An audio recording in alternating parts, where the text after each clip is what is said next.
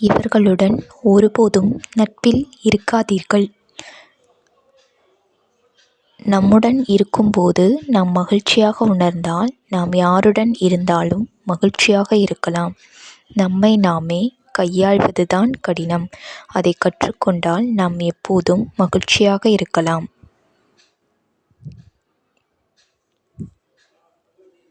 நம்மை யாரேனும் வேண்டுமென்றே காயப்படுத்தினால் அவர்கள் மீது கொண்ட அன்பினால் அதை அதிகமாக சகித்து கொண்டே செல்லாதீர்கள். நம்மை விரும்புகிறவர்கள் நம்மை காயப்படுத்த விரும்ப மாட்டார்கள்.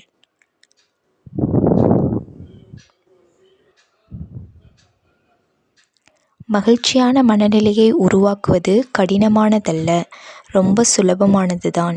எது தேவை எது தேவையில்லை என தீர்மானியுங்கள். நம்மை சுற்றி நல்லவர்களும் மோசமானவர்களும் இருப்பார்கள். ஆனால் நண்பரைப் போல, நட்பாக இருப்பது போல, அக்கறை கொள்வது போல நடிப்பவர்கள்தான் உண்மையில் மிக மோசமானவர்கள்.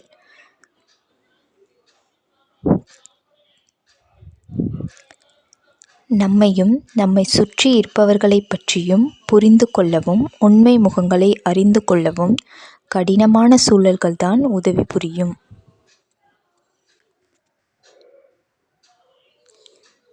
சிலர் நல்லவர்கள் என நினைத்து அவர்களிடம் அனைத்தையும் பகிர்ந்து கொள்வோம். எனவே பிறரை பற்றி புரிந்து கொண்டு முடிந்தவரை நல்ல சூழலை ஏற்படுத்திக் கொள்வது நம் எதிர்காலத்தை சிறப்பானதாக்கும்.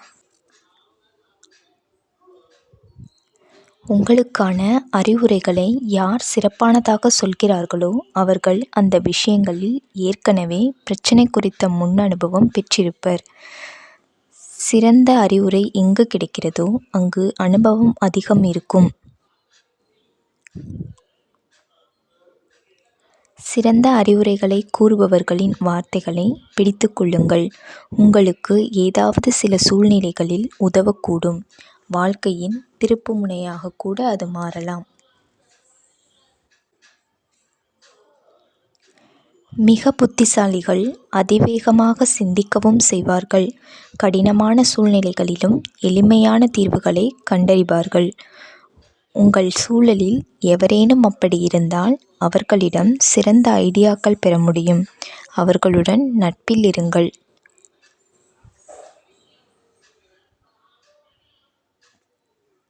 பிடிக்காதவர்களிடமிருந்து விலகி செல்லுங்கள், தவறில்லை.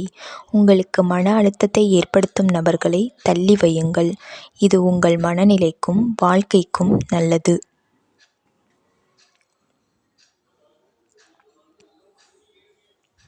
விரும்பிய நபராகவோ இருந்த நபராகவோ இருந்தாலும் கூட அவர்களால் உங்களுக்கு மன அழுத்தம் வருகிறது என்றால் ஒதுக்கி வைப்பதே உங்களுக்கு நீங்கள் தரும் முதல் மனநல சிகிச்சையாகும்.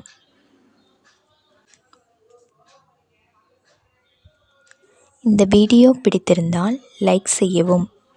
இதுபோன்ற வீடியோக்களை காண சப்ஸ்கிரைப் செய்யவும்.